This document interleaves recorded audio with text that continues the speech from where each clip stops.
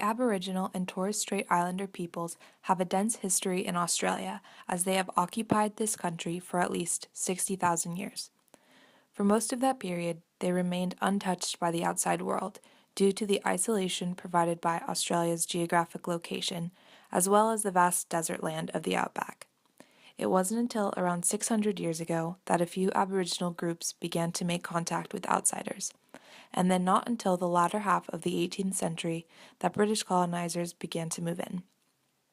British colonization continued to spread year after year, and in 1901 the Commonwealth of Australia was established, and the Australia we know today came to be. Discrimination and inequality have been social issues regarding relationships between Aboriginal peoples and Western society since colonization began.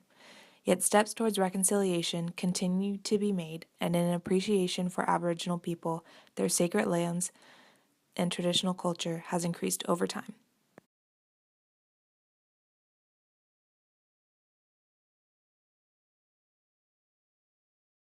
Aboriginal cultures have evolved over thousands of years, with strong links between the spiritual, economic, and social lives of the people.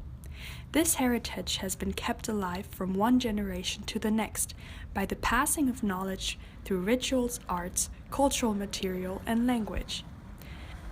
Aboriginal culture has never been static and continues to evolve with the changing times and environment.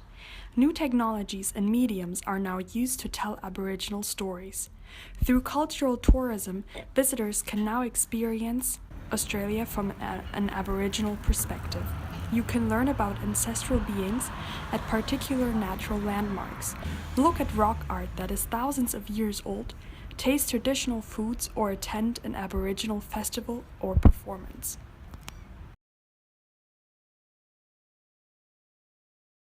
This is the Aboriginal flag, adopted in 1972.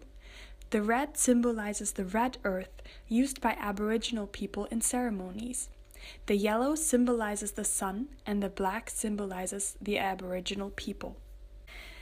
This is the Torres Strait Islander flag, adopted in 1992. The green panels represent the land. The blue symbolizes the waters of the Torres Strait. The white object in the middle is a dancer's headdress and symbolizes the Torres Strait Islander people. The star is a symbol for navigation.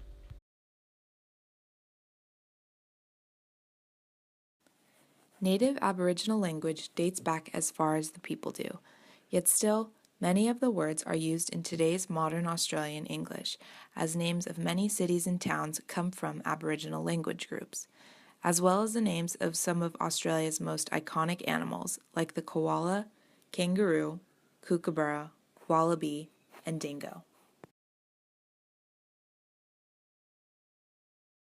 Aboriginal art has impacted the Australian landscape and is now showcased at national and international events and celebrated as a significant part of Australian culture. Exhibited in state institutions, independent theatres, and galleries, Aboriginal art has slowly grown in its visibility. It still retains the role of passing on knowledge, but today it is also important for economic, educational, and political reasons. Rock art is the oldest form of human art, and Aboriginal rock art stretches back thousands of years. Rock art is found in every state of Australia, and many sites are thousands of years old.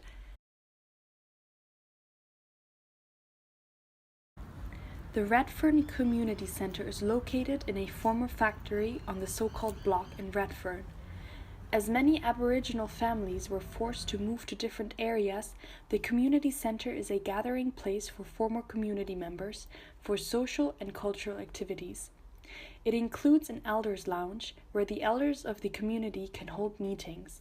Also, internet access is provided and warm meals are distributed for community members in need and as a form to bring the old community together again to connect. Paintings by famous Aboriginal artists are displayed and show many influential community members and elders of the block. Around the block, land was bought in, and in the years to come, affordable housing is planned so that Aboriginal families can move back to Redfern.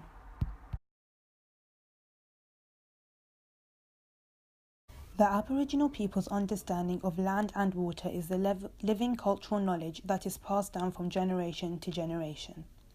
The land. To the Indigenous people, land is much more than just soil, rocks, and minerals. They believe it is a whole environment that sustains and is sustained by people and culture. They have a much deeper connection to the land. It is the core of all spirituality. Non-Indigenous people usually fail to understand this close relationship that Aboriginals have with the land and country. Songlines.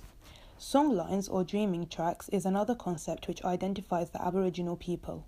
It is a historic path across the land which shows the journey of the spirit ancestors and is recorded in traditional songs, stories, dances, and paintings.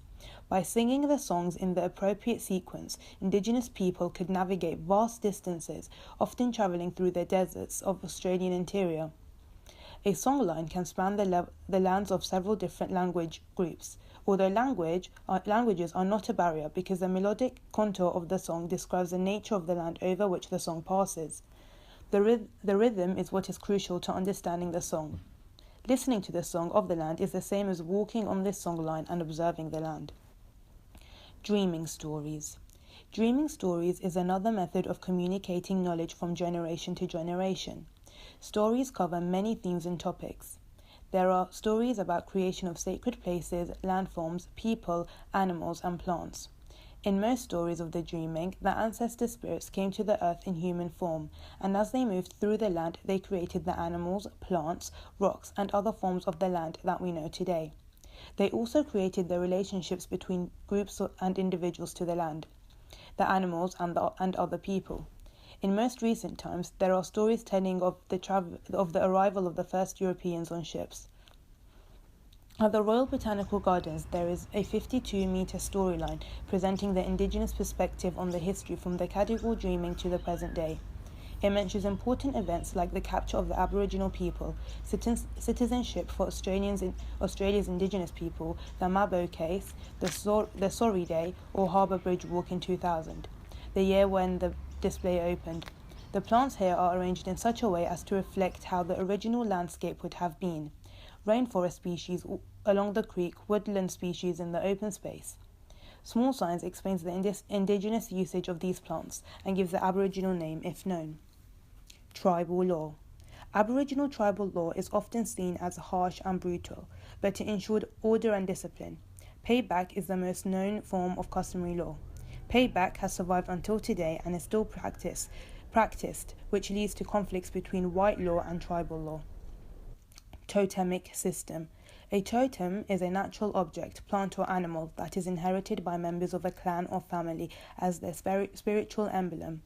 Totems define people's roles and responsibilities and their relationships with each other and creation. Totems are believed to be the descendants of the Dreamtime heroes or totemic beings.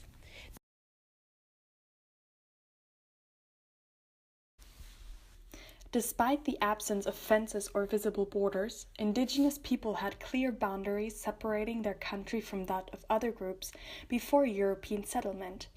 Crossing into another group's country required a request for permission to enter, and they also had to respect the rules of the landowner group while on their country. Today, much has changed. However, the essential elements of welcoming visitors and offering safe passage remain in place. A welcome to country occurs at the beginning of a formal event and is delivered by traditional owners, or people who have been given permission from traditional owners to welcome visitors to their country. An acknowledgement of country is an opportunity for anyone to show respect for traditional owners and continuing connection to country. For Aboriginal Australians, country is a word for all the values and stories associated with that area, as it describes their ancestral domains.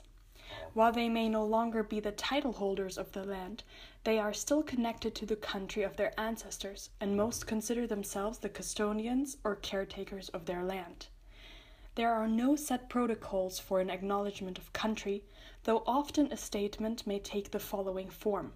In this case, for the University of Sydney, I'd like to begin by acknowledging the traditional owners of the land on which we meet today, the Gadigal people of the Eora Nation, and pay my respects to elders, past and present.